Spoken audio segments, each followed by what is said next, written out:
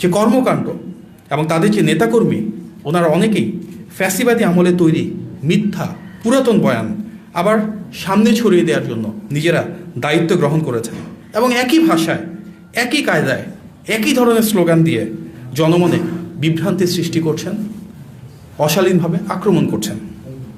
এটি স্পষ্ট বিএনপির ক্রমবর্ধমান গণজোয়ার ও জনসমর্থনের মুখে তারা ক্রমশ জনবিচ্ছিন্ন হয়ে পড়ছে বলে সুস্থ ধারার রাজনৈতিক প্রতিযোগিতার পথ ছেড়ে ব্যক্তিগত আক্রমণ এবং অপতথ্য ছড়ানোর নোংরা কৌশল বেছে নিয়েছেন।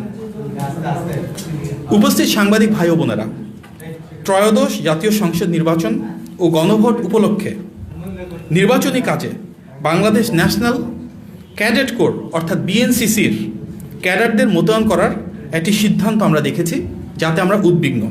কেননা কলেজ ও বিশ্ববিদ্যালয় পড়ুয়া বিএনসিসি ক্যাডেটদের অনেকেই কোনো না কোনো রাজনৈতিক দল বা মতাদর্শের সাথে জড়িত থাকেন।